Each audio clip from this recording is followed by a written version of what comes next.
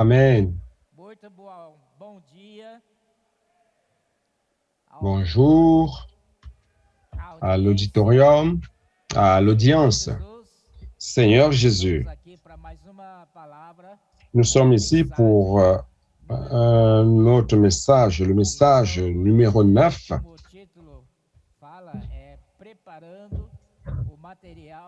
Comme le titre le dit, préparant le matériau pour l'édification. Je voudrais vous lire la lecture biblique. C'est un seul verset. C'est très facile. C'est dans AG. Allons-y dans AG.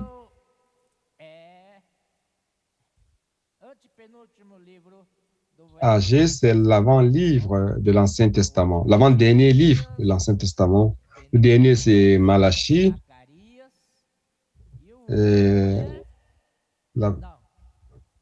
Non. L'avant-dernier, c'est AG.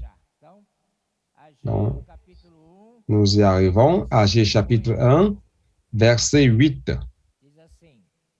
Il dit ceci. Verset 7. Ainsi parle l'Éternel des armées.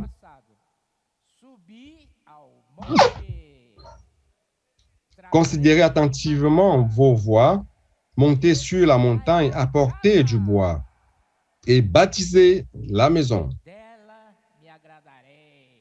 J'en aurai de la joie et je serai glorifié, dit l'Éternel. Oh Seigneur Jésus. Ici, il y a plusieurs étapes, c'est un seul verset.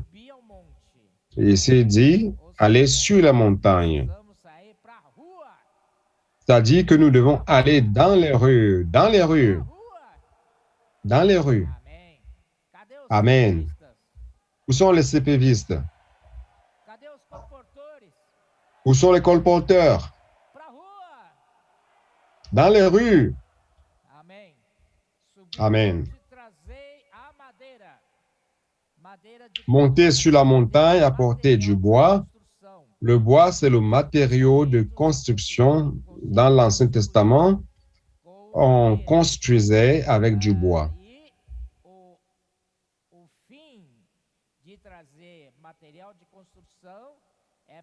Et l'objectif d'apporter le matériau de construction, c'est pour l'édification de la maison du Seigneur.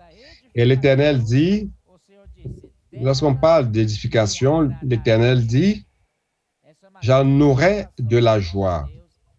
Donc, c'est une grande satisfaction, une grande joie pour notre Dieu. Et il attend cela jusqu'aujourd'hui. Donc, il attend que cette édification soit complète. Le frère Pedro dit que lorsque l'édification sera terminée, alors le mot shalom viendra. Alléluia.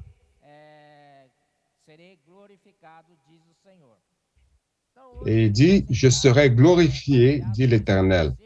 Notre charge d'aujourd'hui est basée sur ce verset. La première partie est extrêmement importante, qui dit, montez sur la montagne, apportez du bois. Aujourd'hui, le cycle n'est pas encore fermé. La porte pour le salut des gentils est encore ouverte. Et nous devons profiter de cela, car un jour viendra où cette porte sera fermée. Amen. Donc, frères, profitons, allons dans les rues, contactons les personnes, peu importe leurs conditions, le Seigneur veut les sauver. Oh Seigneur Jésus, utilisez beaucoup le « puis-je prier pour vous ». Ça, c'est un miracle, un outil qui apporte du miracle dans la vie des personnes. Laissez échapper « puis-je prier pour vous ». Oh Seigneur Jésus.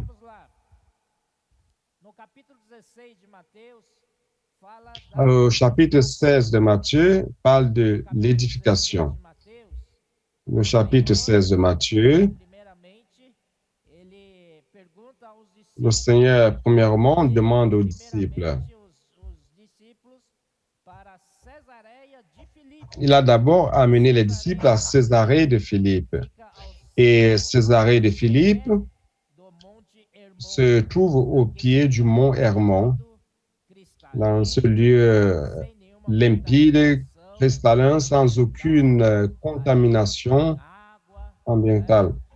Il y a de l'eau. Il est dit que la source du fleuve Jourdain commence là même. Donc, imaginez ce lieu. Le Seigneur a amené ses disciples dans ce lieu et le Seigneur nous a amenés ici dans cette conférence. Ça a le même sens, car ici, durant ces 9 jours, nous serons à Césarée de Philippe. Vous ne vous rendez pas compte de cela? Ici, nous sommes loin du monde.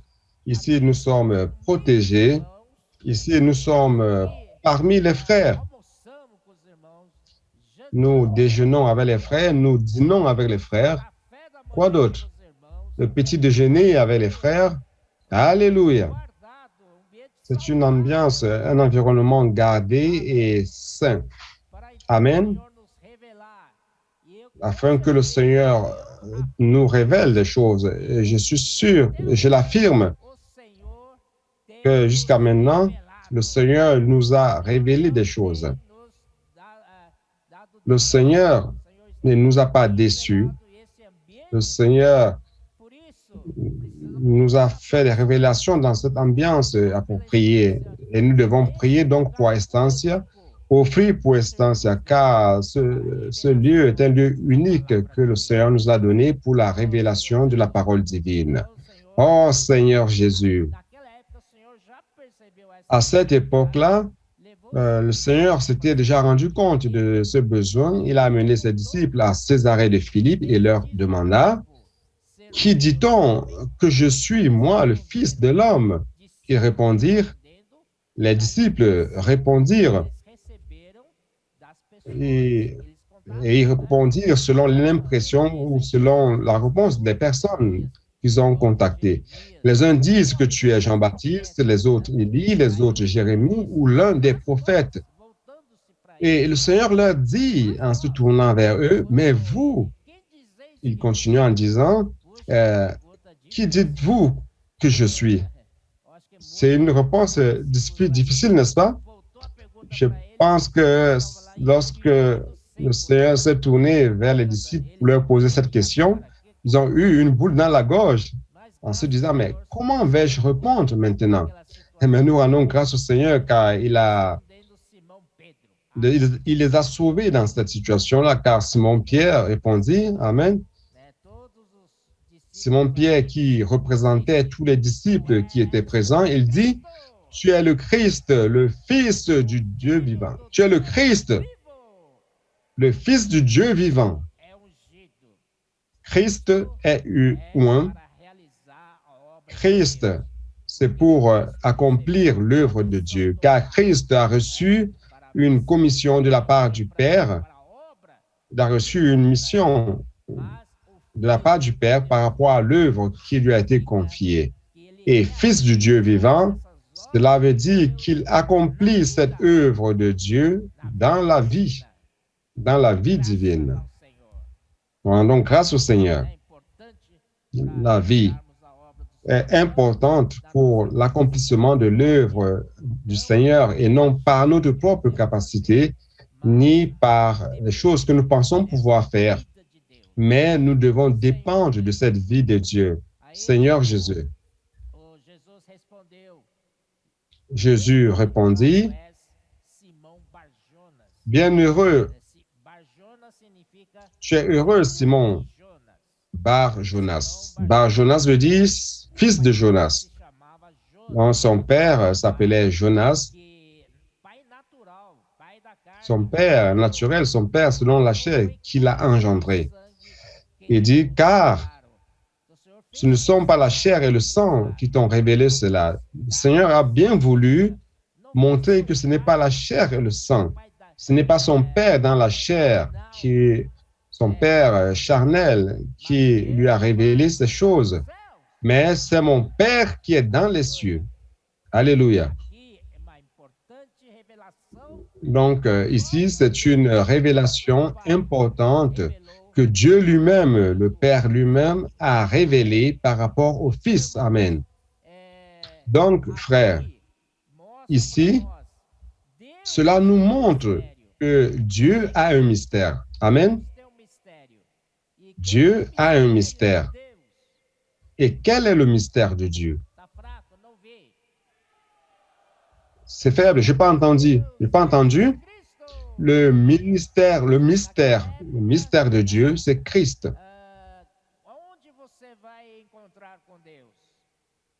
À cette époque-là, où on devait donc trouver Dieu, où on devait être en contact avec Dieu, c'était Christ. Christ était avec eux. Celui qui rencontrait Christ avait rencontré Dieu. Donc, si vous voulez savoir qui est Dieu, où se trouve Dieu, alors vous devez aller vers Christ. Amen.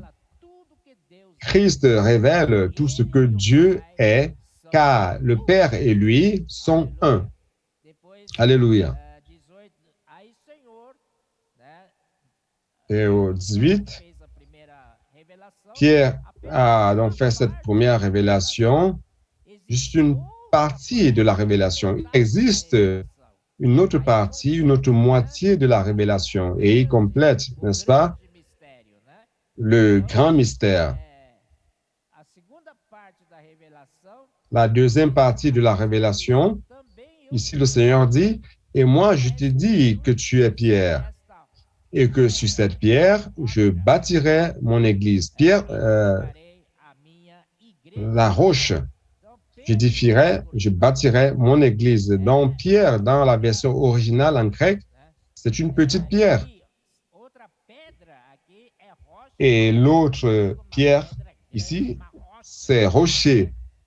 Dans la version grecque, une grande pierre, un rocher. Alors, sur ce rocher, je bâtirai mon église.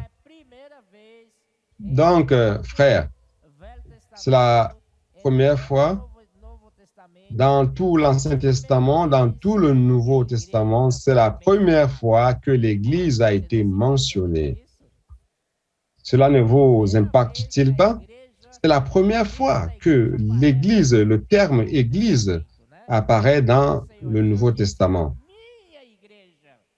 Le Seigneur dit, mon Église, le Seigneur a son Église. Oh Seigneur Jésus, j'édifierai, je bâtirai mon Église. Notre Seigneur bâtira son Église. Et cela signifie quoi? Que l'Église, c'est le mystère de Christ.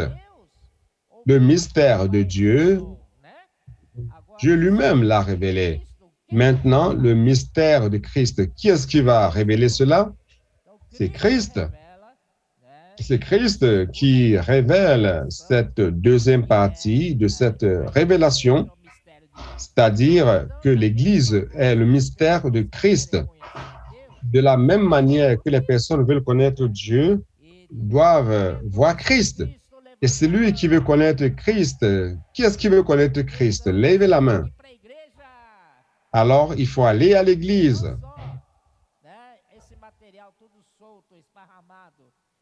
Il ne s'agit pas seulement de ce matériau éparpillé, mais c'est une église édifiée dont nous parlons. Oh Seigneur Jésus. Contre cette église, c'est cette église édifiée que Dieu veut. Lorsque l'église est édifiée, les portes du Hadès ne prévaudront point contre elle. Amen. Cela signifie que dans le processus de l'édification, Satan ou les portes du Hadès peuvent encore nous nuire. Amen. Elles peuvent encore nous nuire car nous ne sommes pas encore totalement édifiés. Donc, il y a encore des brèches que nous offrons à l'ennemi pour agir dans notre vie de l'âme. Nous lui donnons du terrain d'action, du terrain pour qu'il agisse. Mais nous allons croître en vie, que vous le veuillez ou non, nous sommes dans la vie d'Église. C'est pour que nous croissions en vie renonçant à notre vie d'âme et ces choses, enlever ces choses que Pedro a mentionnées hier, comme la haine, les discordes, les jalousies, les envies, l'inimitié et toutes ces choses qui sont en nous. Nous devons vaincre cela. Lorsque nous vainquons cela, alors l'Église est édifiée. Il est important, bien-aimés frères et sœurs, que nous soyons déjà au crépuscule de cette ère. Hein. Efforçons-nous afin que le Seigneur travaille en nous.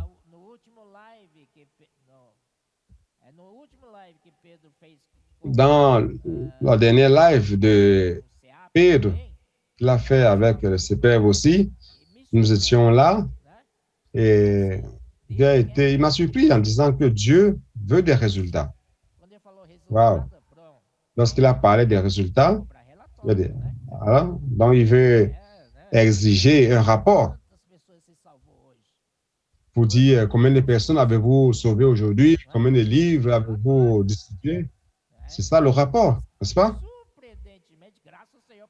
Mais de manière surprenante, et je remercie le Seigneur pour l'esprit, il était en esprit, il a dit ceci, le résultat, ce n'est pas combien vous avez fait pour Dieu.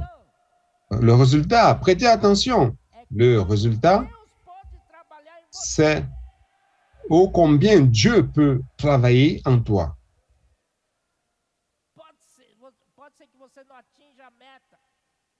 Peut-être que tu n'auras pas atteint l'objectif, mais Dieu a-t-il travaillé en toi? Si Dieu a travaillé en toi, alors ça, c'est le résultat. Peu importe ce que nous faisons pour lui, ce qui est important, c'est qu'à travers cela, qu'il agisse en nous. Colporteurs, où sont les colporteurs? À travers le colportage et priant pour les personnes, leur présentant des livres. Amen, frère. Le résultat, c'est que Dieu a travaillé en vous. Amen. Parce que Dieu veut que vous soyez un de ceux qui édifient son Église. Seigneur Jésus. Il y a un autre mot ici, une autre phrase ici. Les portes de l'enfer ou du Hadès. Les portes. Lorsque l'Église est édifiée, il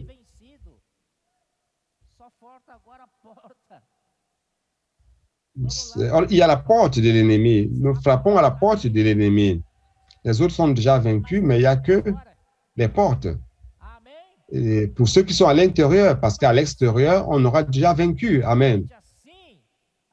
Nous devons prévaloir. C'est seulement comme cela que l'édification de l'Église va vaincre les portes du Hadès. Oh Seigneur Jésus, je vais sauter cette partie, mais ici au chapitre 16, il y a une séquence. Verset 19 dit, « Je te donnerai les clés du royaume des cieux. Ce que tu liras sur la terre sera lié dans les cieux. » Ici, le mot lié ou attaché, c'est mieux que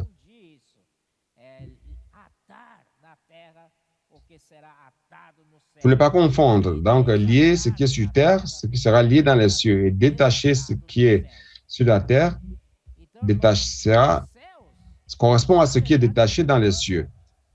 Donc, en fait, ce sont les cieux qui commandent. Les cieux savent déjà ce qu'il faut attacher ou détacher.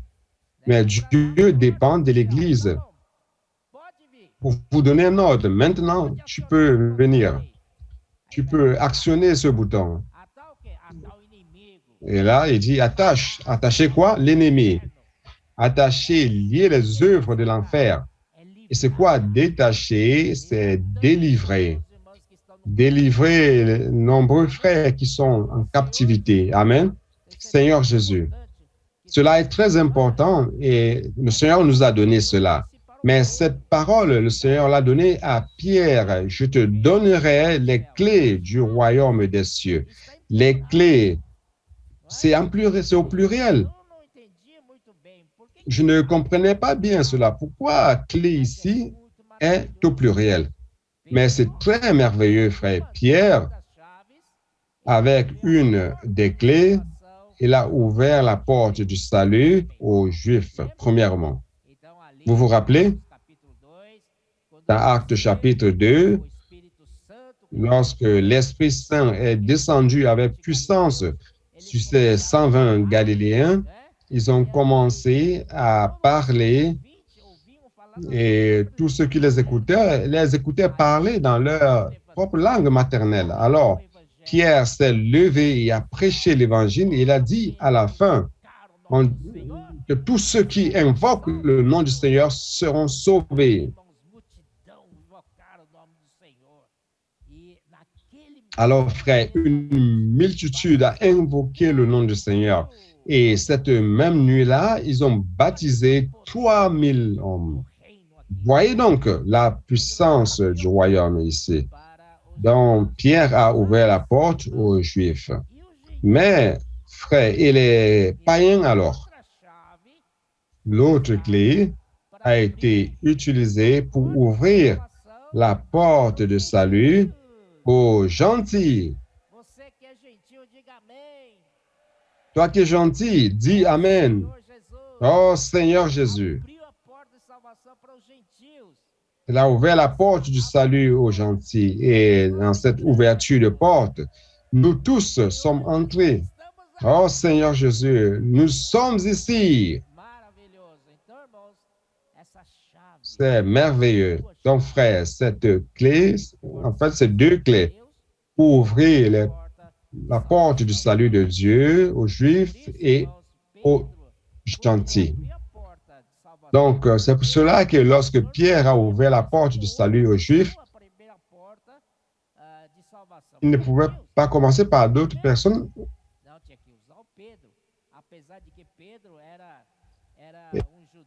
Et il fallait utiliser la même personne, Pierre. Bien que Pierre était un juif, bien que converti et chrétien, mais il était un juif. Oh Seigneur Jésus. Le Seigneur l'a utilisé pour ouvrir la porte aux Juifs et le même a été utilisé pour ouvrir la porte aux gentils. Après, on va voir cela, c'est très intéressant. Lorsqu'il a ouvert la porte aux gentils, on va voir cela. Donc, frère, le Seigneur commence à dire, à partir de ce moment, dès lors, commença à connaître à ses disciples qu'il fallait qu'il allât à Jérusalem, qu'il souffrit beaucoup de la part des anciens, des principaux sacrificateurs et des scribes, qu'il fut mis à mort et qu'il ressuscita le troisième jour. Pour que cela se passe, c'est-à-dire édifier l'Église, ouvrir la porte du salut aux Juifs, ouvrir la porte du salut aux gentils, le Seigneur lui-même devait passer par une étape afin que tout cela soit possible. Le Seigneur dit qu'il fallait qu'il allât à Jérusalem et qu'il souffrit beaucoup de la part des anciens, des principaux sacrificateurs et des scribes, qu'il fut mis à mort. Mais Pierre, il s'est juste attardé sur la partie qui dit « mis à mort ». Il n'a pas prêté attention à ressusciter. Parce qu'il dit ici qu'il fut mis à mort et qu'il ressuscita le troisième jour. Alléluia. Lorsque le Seigneur ressuscita, alors l'édification de l'Église est devenue réelle. Le Seigneur est devenu l'Esprit qui vivifie. Le Seigneur est l'Esprit entrant dans tous ceux qui croient en son nom. Vous croyez au nom du Seigneur? Alléluia. Donc, il fallait, c'était nécessaire. Mais Pierre, le pauvre, n'avait rien compris. Il a commencé à reprendre le Seigneur. À Dieu ne plaît, Seigneur, cela ne t'arrivera pas. Comment peut-il dire une chose pareille? Et au même moment, le même Pierre qui avait été utilisé par Dieu le Père pour révéler le Christ comme le mystère de Dieu, ce même Pierre a été utilisé par Satan. Comment cela est-il possible? Dans le même chapitre, vous ne trouvez pas cela vraiment amusant? Il est notre représentant, c'est Pierre. Nous sommes comme cela. D'un moment inspiré par Dieu, on dit Alléluia et tout. Le matin, quand vous avez lu la nourriture quotidienne, vous êtes rempli d'esprit, encouragé et tout, et vous avez parlé de la part de Dieu. Et à midi, où vous êtes présent, vous rencontrez une situation et vous oubliez que vous êtes en esprit et vous ferez vos propres paroles et vous êtes utilisé par Satan. Et c'est ça notre difficulté.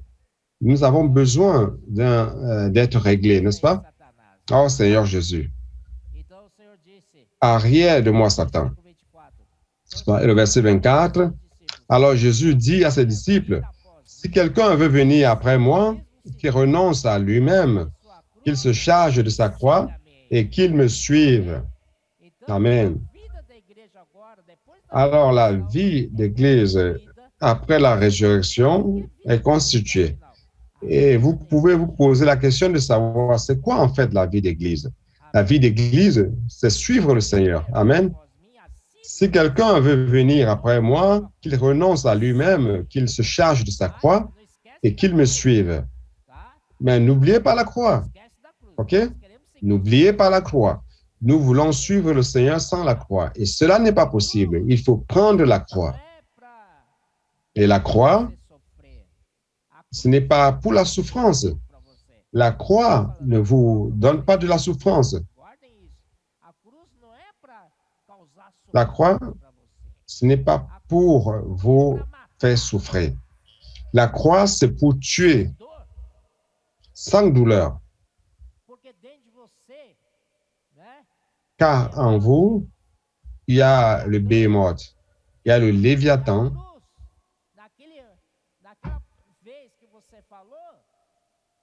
Et la croix, peut-être lorsque vous avez parlé, ce n'était pas vous qui avez parlé, c'était peut-être le Béhémoth qui a parlé en vous.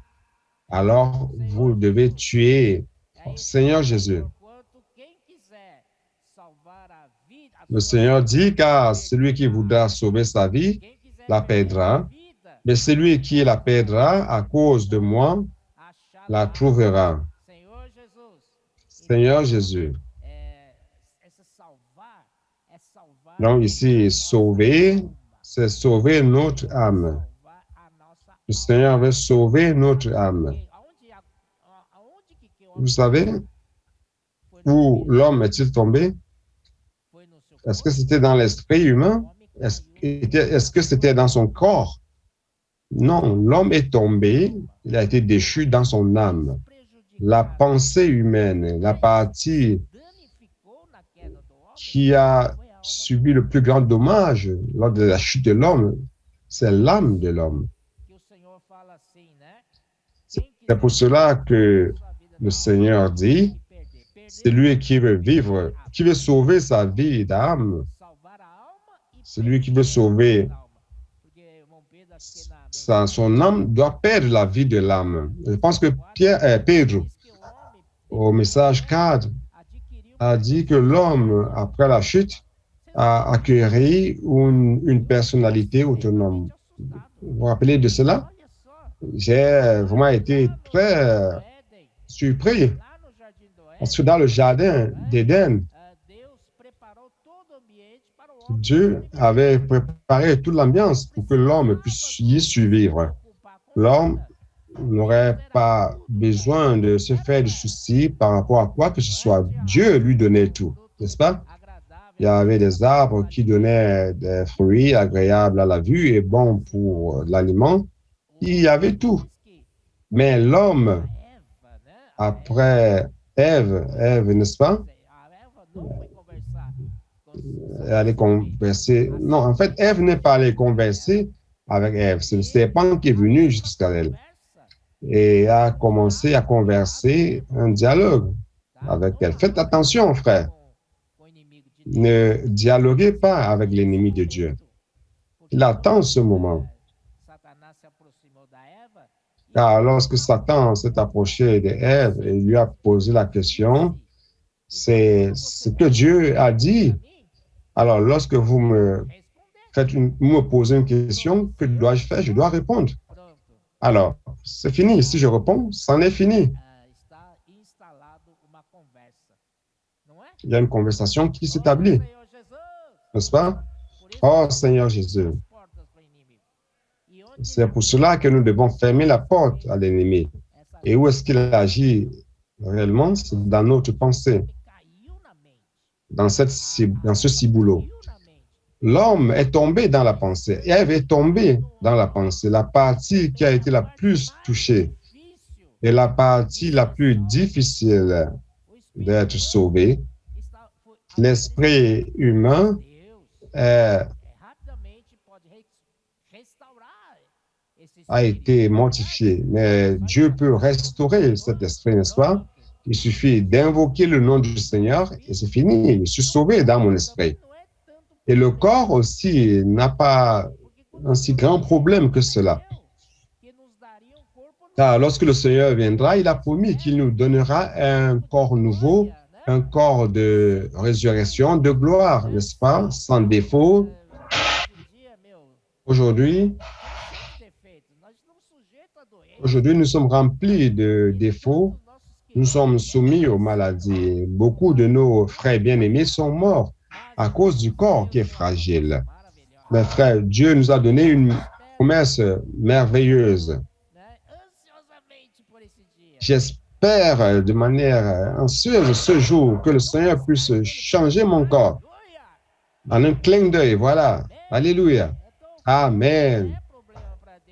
Donc, le corps n'est pas un problème devant Dieu, mais le problème pour Dieu, c'est notre pensée, notre âme. Est-ce que Dieu va abandonner l'âme? Il va sauver l'esprit, il va sauver le corps, il va abandonner l'âme? Oui ou non? Non.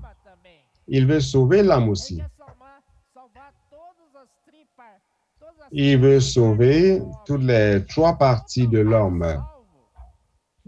Totalement sauvé, Seigneur Jésus. C'est pour cela que le Seigneur travaille plus dans notre âme. Amen. Principalement dans notre pensée. Alors, que devons-nous faire?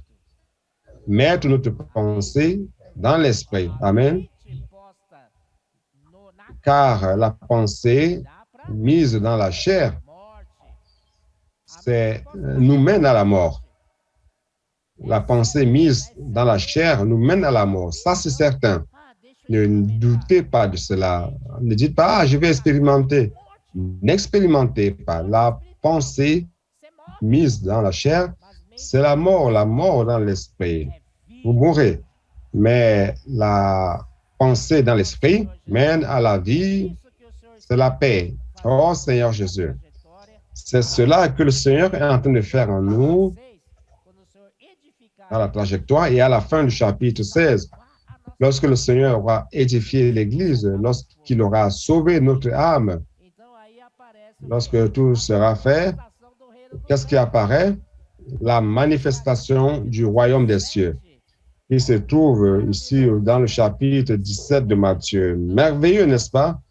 Ce jour, le frère Pedro nous a raconté toutes ces scènes. Il disait, oh Seigneur Jésus, je voudrais déjà y être. Oh Seigneur Jésus. Et dans cette transfiguration, sur ce mont très haut, le Seigneur n'a amené que 3 disciples, les principaux, et le reste n'y est pas allé. Le reste n'a pas eu ce privilège d'y participer. Et nous rendons grâce au Seigneur car l'ère a changé. Dans la Bible aujourd'hui, cela s'est ouvert à nous. Amen. Cette glorification nous est destinée aussi. Oh Seigneur Jésus. Donc, frère, après cette introduction. né, teve o encargo, né, porque ele precisava, o que que ele precisa? Ele é rei do reino dos céus, Alors, le Seigneur, qu'est-ce qu'il devait faire? Il est le roi du royaume des cieux. Il est roi, mas ele sans aucun doute. pessoas para compor o seu reino. Et il a besoin de personnes pour faire partie de son royaume.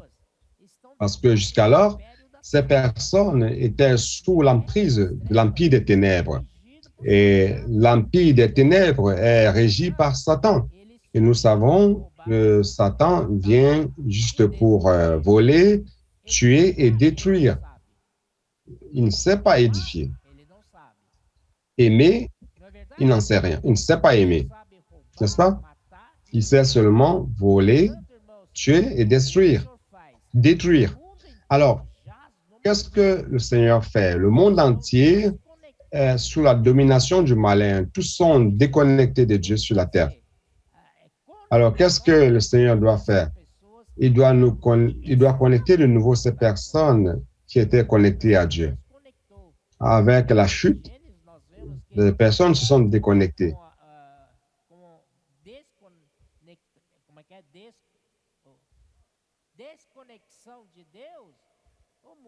La déconnexion de Dieu a entraîné un chaos. Le désordre est apparu. La confusion. Dans le monde, celui qui va prêcher le monde voit qu'il y a une confusion, un chaos qui est installé. Seigneur Jésus, n'est-ce pas? Ça, c'est le résultat de la chute de l'homme. Alors, qu'est-ce que le Seigneur Jésus doit faire?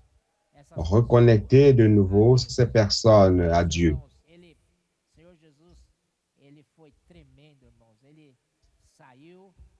C'est pour cela que le Seigneur Jésus a été surprenant. Il est sorti comme un semeur qui a commencé à semer. Il a amené avec lui les semences de la vie, les semences du royaume. Amen. Il a sémé dans les cœurs des personnes. Lui-même, il dit au chapitre 13, parlant de la parabole de semeur, qu'il existe 4 situations.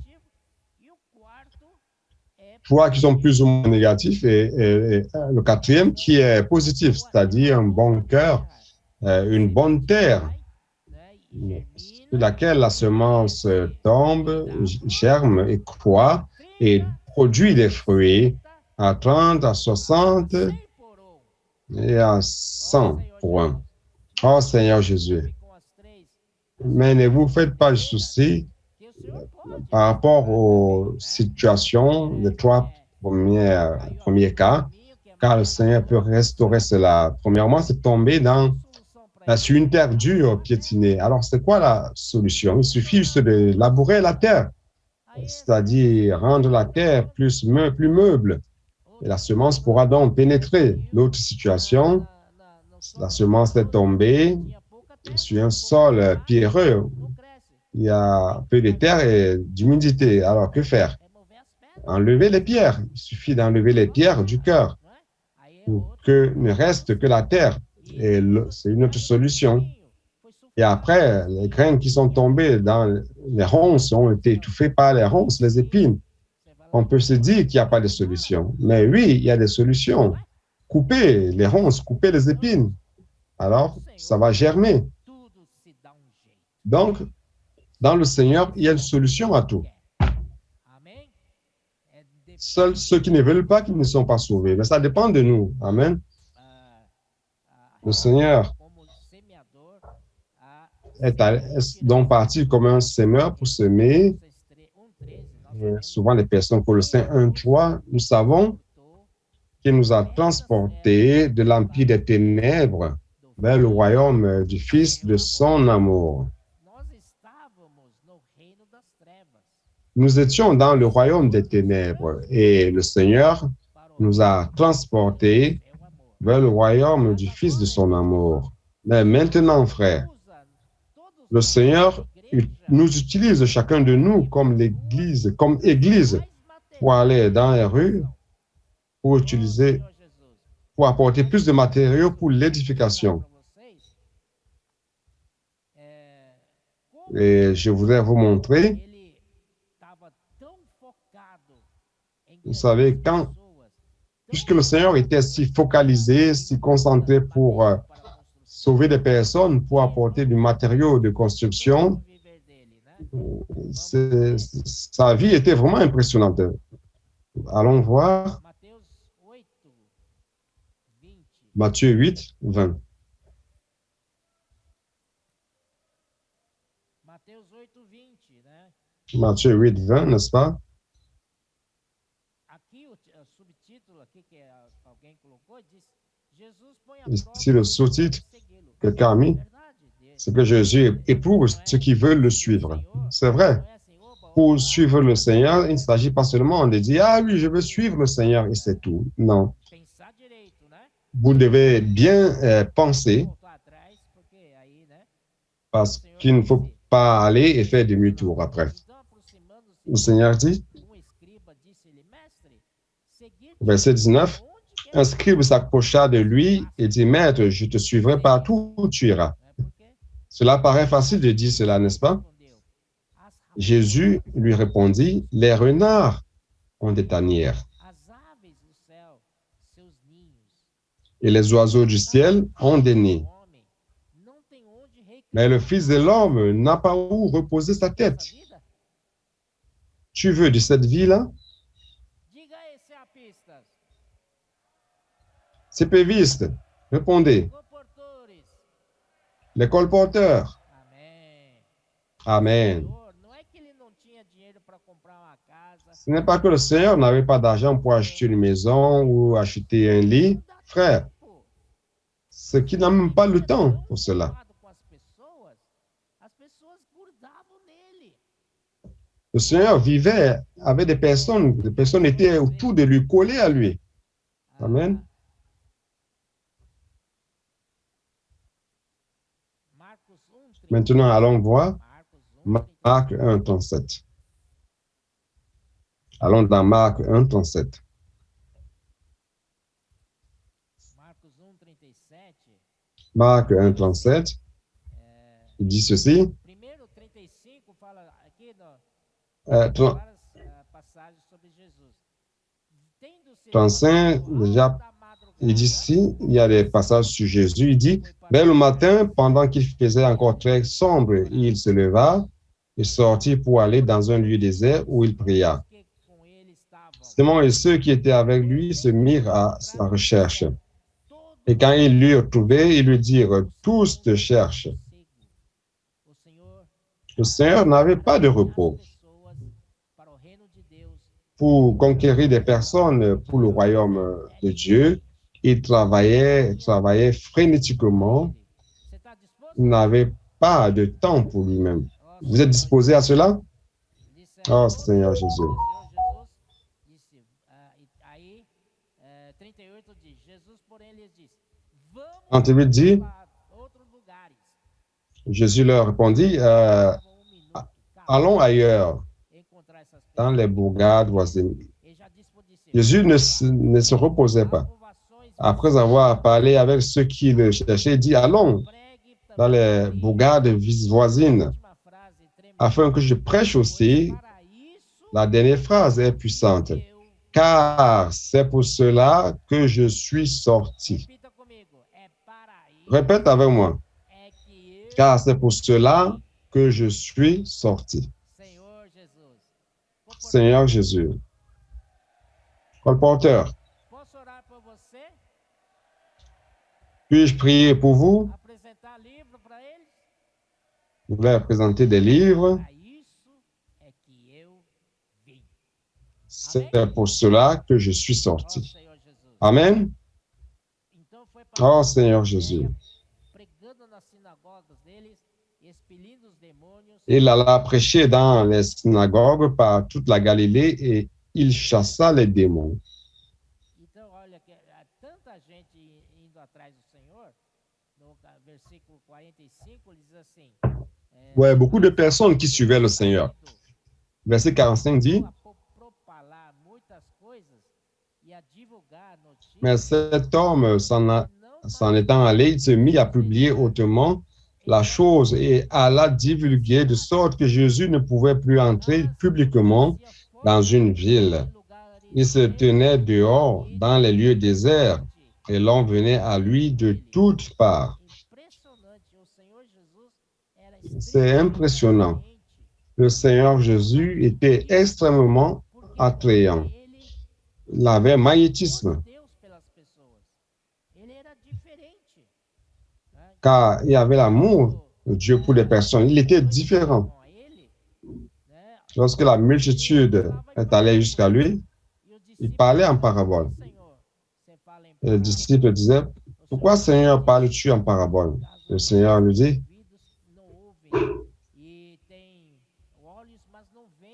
c'est pour qu'ils, que même ayant les oreilles, qu'ils ne comprennent pas, ayant les yeux qui ne voient pas, à cause de leur cœur dur, le Seigneur leur parlait en parabole. Mais pour ceux qui s'intéressaient au Seigneur, alors le Seigneur leur parlait directement et de manière correcte. Vous voulez écouter des paraboles ou vous voulez écouter directement une histoire du Seigneur, venant du Seigneur, et véritable. Oh Seigneur Jésus.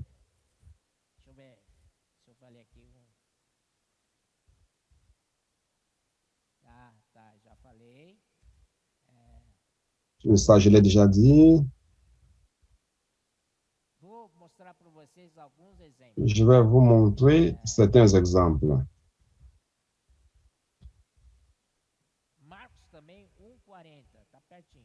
Marc 1,40, c'est tout proche. Un lépreux vint à lui et se jetant à genoux, il lui dit d'un ton suppliant, si tu le veux, tu peux me rendre pur. Jésus ému de compassion. Ici, ce mot, c'est la clé. Il fut ému de compassion. Le Seigneur avait compassion de personnes et il avait le splagnon. Il s'émouvait par rapport aux situations des personnes. C'est pour cela qu'il ne rejetait personne. Il pouvait se sacrifier, s'endormir, sans se reposer. Pour lui, ce n'était pas un problème. Pourvu que la personne puisse recevoir Dieu. Et c'est dit, Jésus, ému de compassion, étendit la main, le toucha et dit, je le veux, sois pur. Aussitôt, la lèpre le quitta et il fut purifié. Donc, Jésus le renvoya sur le champ avec de sévères recommandations. Et il dit, garde-toi de rien dire à personne, mais va te montrer au sacrificateur et offre pour ta purification ce que Moïse a prescrit, ainsi de suite. Mais est-ce que ça a servi a dit cela, lorsque le Seigneur a dit cela, est-ce que cela a servi? Verset 45 dit, mais cet homme, s'en étant allé, il se mit à publier hautement la chose et à la divulguer de sorte que Jésus ne pouvait plus entrer publiquement dans une ville. Oh Seigneur Jésus. Marc 2, 1, 5. Ici, c'est l'histoire d'un paralytique aussi. Frère, je suis en train de vous montrer ce caractère du Seigneur, ce caractère d'illusion des choses qu'il ressentait. Il ne se restreignait pas, il n'épargnait pas ses efforts pour apporter, pour mener les personnes à Dieu. Donc, il n'avait pas de temps pour se reposer. Il avait une maison à Capernaum. Lorsqu'il est arrivé dans sa maison, il voulait peut-être, j'imaginais que le Seigneur a voulu arriver dans sa maison. Lorsqu'on arrive chez nous, nous nous sentons soulagés, n'est-ce pas? Nous nous sentons que c'est un lieu de repos. Le Seigneur aussi, il était humain. Il est arrivé dans sa maison de Capernaum. Donc ici, il aurait pu se dire, ah, je vais me reposer et dormir. Mais rien de cela, frère. Regardez le chapitre 2, verset 1. Quelques jours après, Jésus revint à Capernaum. On a appris qu'il était à la maison. Wow. Et il s'assembla un si grand nombre de personnes que l'espace devant la porte ne pouvait plus les contenir. Il leur annonçait la parole. Des personnes allaient là peut-être pour les guérisons, peut-être pour que le Seigneur expulse des démons, mais cela, c'était juste des accessoires. Le principal, c'est la parole du Seigneur. La parole que le Seigneur proférait et qui attirait les personnes. Toi, des gens vinrent à lui amenant un paralytique porté par 4 hommes. Donc voilà un paralytique qui fut amené pour être guéri. Puisqu'il ne pouvait pas entrer, qu'il avait 4 personnes, 4 amis qu'il avait amenés. Lorsqu'il arrivait, qu'est-ce qu'il voulait? C'était qu'il soit amené devant le Seigneur pour être guéri. Mais lorsqu'ils sont arrivés à la maison de Jésus, la maison était totalement pleine de personnes. Alors, si c'était vous, qu'allez-vous faire? Vous allez peut-être demander aux personnes, pardonnez-moi, faites-moi du chemin. Et petit à petit, vous y parvenez. Mais même avec cela, ils n'ont pas réussi. Ils demandaient le chemin, ils essayaient de se frayer le chemin et personne ne le permettait. Alors, savez-vous quelle solution ils ont adoptée? Ils sont montés sur le toit. Imaginez le temps que vous perdez pour monter sur le toit. Et en plus, faire un trou là sur le toit et faire descendre le lit du paralytique où se trouvait le Seigneur. Cela, je veux vous montrer que le Seigneur n'avait pas de repos du tout. Le Seigneur n'avait pas de repos. La multitude qui l'aidait, qui était autour de lui, ne le laissait pas se reposer. Et il ne renvoyait personne, car son amour pour les personnes était si grand et il ne voulait perdre personne. Il voulait satisfaire aux besoins de tous. Est-ce que notre cœur doit être comme cela, n'est-ce pas? Prier pour les personnes. Voyant les situations des personnes, les lépreux, les paralytiques, les personnes qui sont possédées de démons, les lépreux, parce qu'ils sont rebelles devant Dieu. Les paralytiques sont totalement inutiles pour Dieu. Alors, lorsque nous allons dans les rues, toutes ces situations apparaissent. Donc, il nous revient de faire quelque chose. Seigneur Jésus. Oh, Seigneur Jésus.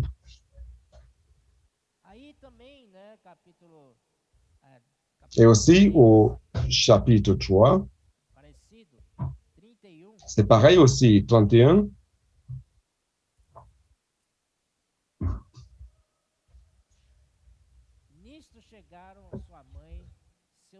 Survint sa mère et ses frères qui, se tenant dehors, l'envoyèrent appeler. Pourquoi ils sont restés à l'extérieur? Parce qu'à l'intérieur, il n'y avait plus de place pour personne. Il y avait beaucoup de personnes qui étaient, une foule était assise autour de lui, dans sa maison. Et on lui dit, voici ta mère et tes frères sont dehors et te demandent. Voyez donc la réponse du Seigneur. Ce n'est pas parce qu'il n'aimait pas sa famille, ça n'a rien à voir. Mais principalement, le Seigneur était focalisé, il était concentré dans la prédication de l'Évangile pour plaire à Dieu. Donc, lorsque nous sortons pour prêcher la parole, nous devons plaire au Seigneur en premier lieu. Amen. Parfois même avec le sacrifice de la famille. Hein, frère, nous devons mettre le Seigneur en premier lieu. Alors, la prédication de l'Évangile doit être en premier lieu. Le Seigneur était en train de parler, il ne pouvait pas être interrompu. Ils ont interrompu le Seigneur. Le Seigneur a dit, c'est lui qui fait la volonté de mon Père, ma mère, mes frères et mes sœurs. Amen.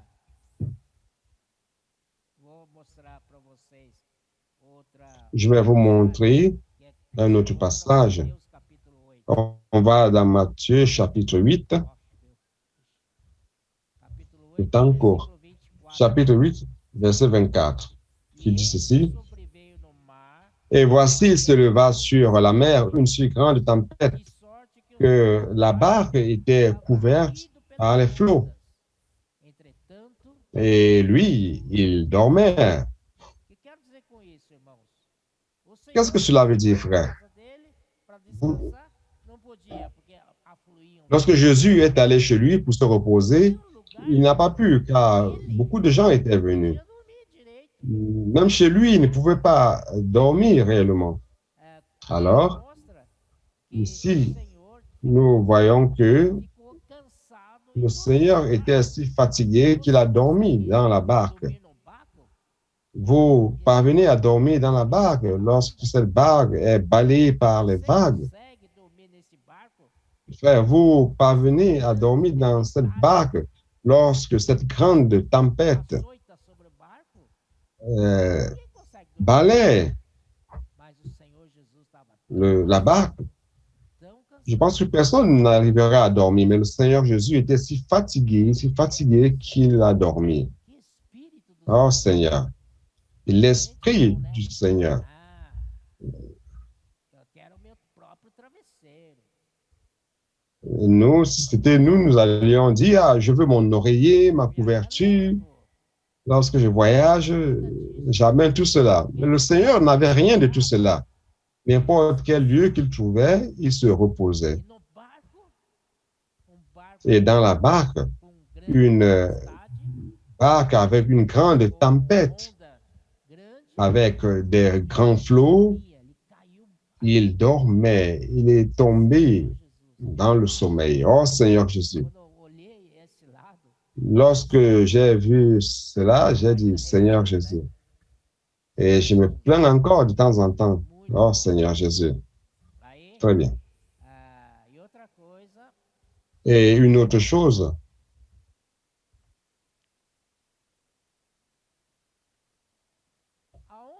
aonde que o senhor tinha, e também o senhor não tinha privacidade, né?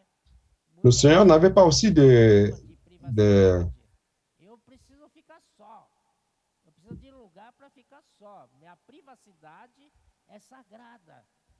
oui, le Seigneur n'avait pas de vie privée parce que parfois nous revendiquons, nous disons que nous voulons avoir notre vie privée.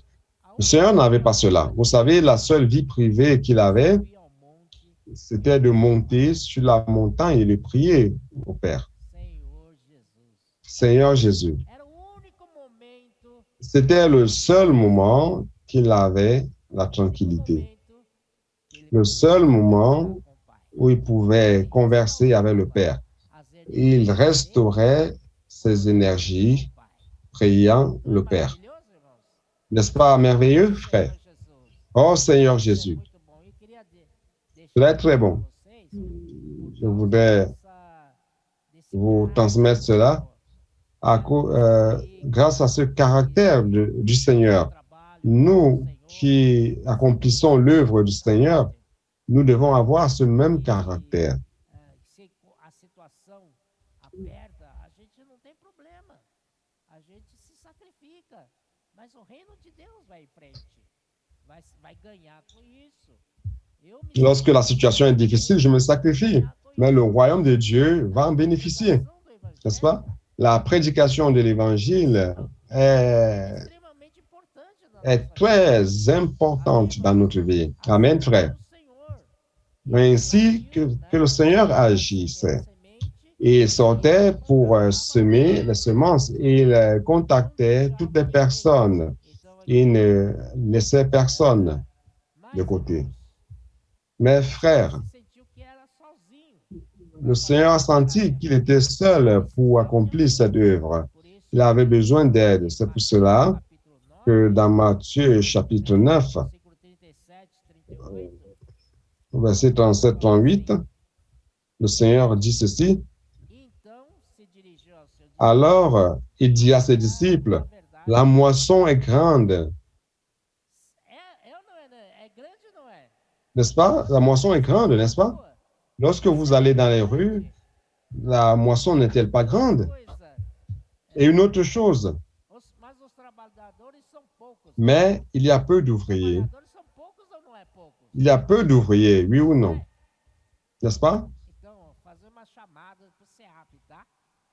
Alors, je lance un appel pour le CPF, OK?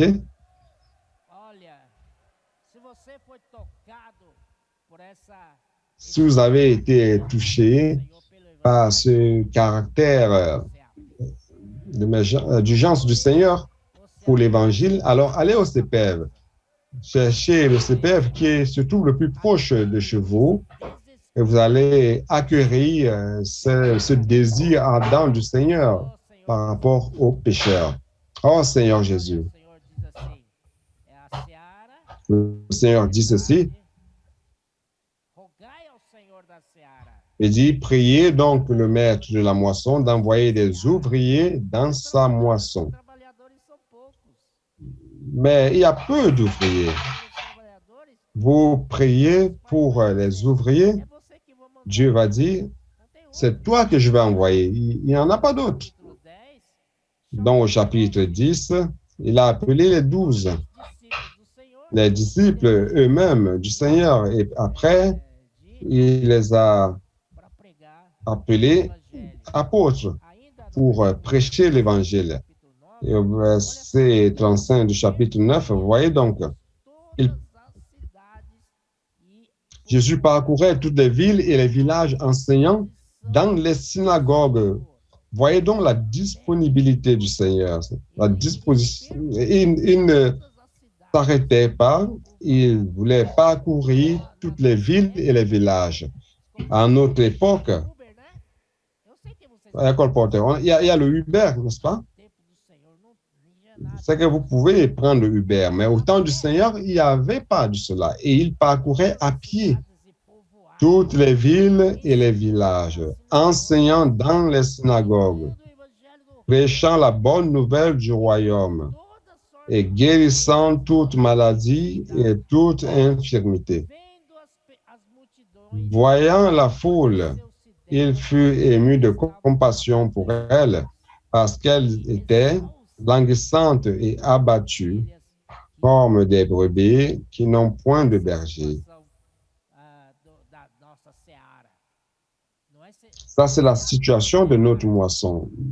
Ce n'est pas le CPF, c'est la moisson. La moisson est grande et peu d'ouvriers. Le Seigneur a fait cela. Il leur a donné des instructions. Continuons. Après aussi, dans Luc chapitre 10, on va à Luc chapitre 10. Oh Seigneur Jésus. Chapitre 10 de Luc, le Seigneur envoie donc encore 70. Après cela, le Seigneur désigna encore 70 autres disciples et il les envoya 2 à 2 devant lui dans toutes les villes et dans tous les lieux où lui-même devait aller. Vous comprenez? Le Seigneur envoie ces 70 aller devant lui, 2 à 2. Et le Seigneur les suivait. Le Seigneur, après, y allait. Dans chaque ville, par où ils sont passés. Et il leur a donné les mêmes instructions. La moisson est grande, mais il y a peu d'ouvriers. Priez donc le maître de la moisson d'envoyer des ouvriers dans sa moisson. Partez, voici, je vous envoie comme des agneaux au milieu des lots. C'est quoi cela? Avez-vous rencontré des loups dans les rues? Oui, n'est-ce pas? Alléluia. Nous sommes soumis à cela. Frère, ces loups, ça peut être un agent de sécurité. La distance. Est-ce que nous allons désister à cause de cela? Non. Bien que nous soyons pris par eux, ne vous faites pas de soucis par rapport à ce que vous allez dire. Le Seigneur parlera à votre place. Le Seigneur mettra les paroles dans vos bouches. Amen. Seigneur Jésus. Et ainsi de suite. Donc, pour terminer, allons au chapitre 12. Chapitre 12. Donc, jusqu'alors, le Seigneur était dans la chair, il n'était pas encore mort et ressuscité. Alors, c'est lui qui le voyait sur la terre. il était Dieu lui-même. estava limitado Donc le Seigneur était limité em tempo e no espaço. par le temps et l'espace. Sabia disso, ele estava consciente Le disso. Seigneur savait cela, il était conscient de cela, il le savait. Gostaria que Donc, fosse il de outra maneira. aurait voulu Então, em capítulo 12, apparaître d'une manière bien différente. Chapitre 12 de Luc 49, ele diz assim: il dit ceci, "Sim, je suis venu jeter un feu sur la terre, e bem quisera et qu'ai-je à désirer arder."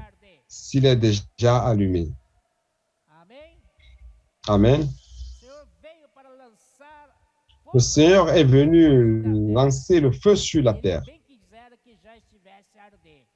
Aí et ele il désire diz, qu'il soit déjà allumé. ele, Au verset 50, il dit, conseguir isso, ele tinha que il est un baptême.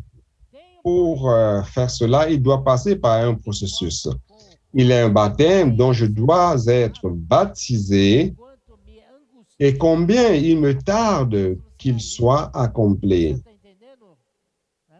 Vous comprenez? Assim, ó, quanto me angustia Il dit, je veux tellement, j'aimerais tellement mesmo que crise. O Senhor falando cela se antes da réalise. morte, Le isso Seigneur parlant avant sa mort, o angústia imaginez do Senhor toute l'angoisse du Seigneur, parce qu'il ne pouvait pas faire plus ele era que ce qu'il avait fait étant dans la chair, marchant sur la terre. Il était limité, même appelant les 12, même convoquant 70, il était encore limité. La moisson est très, très grande, n'est-ce pas? irmãos, aqui que está, Senhor, Donc, precisa frère, batizar. E esse ici, donc, on voit que le Seigneur devait donc être martyrisé. Ce baptême auquel il fait allusion, c'est sa mort et sa résurrection. Lorsqu'il meurt, ressuscita, le troisième jour, et qu'il ressuscite, alors il est devenu Espírito, l'Esprit qui donne la vie. ó Senhor, Et comme Esprit, lorsque nous invoquons, oh Seigneur Jésus, nome, nous croyons en son nom et nous sommes sauvés. aconteceu lá em Atos capítulo 2. Et cela se passait dans Actes chapitre 2, lorsque la porte a été ouverte aux Juifs. Cette nuit-là même, 3000 ont été baptisés. Et quelques jours plus tard, 5000 baptisés. E a força veio. Oh, et alors là, Evangelho. la force est venue, la force de l'évangile. Espírito, Appliquant cela à nous aujourd'hui, nous avons déjà l'Esprit. desde o tempo de Jesus para cá. L'Esprit a agi depuis le temps de Jésus jusqu'à maintenant. Espírito que dá Nous sommes de ceux qui ont l'Esprit qui donne la vie. Et le Seigneur nous conduit à partir de notre esprit. Aujourd'hui, nous pouvons prêcher l'Évangile dans l'Esprit pour apporter du matériau pour l'édification de la maison de Dieu. Amen. Jesus é o Senhor. Jésus est le Seigneur.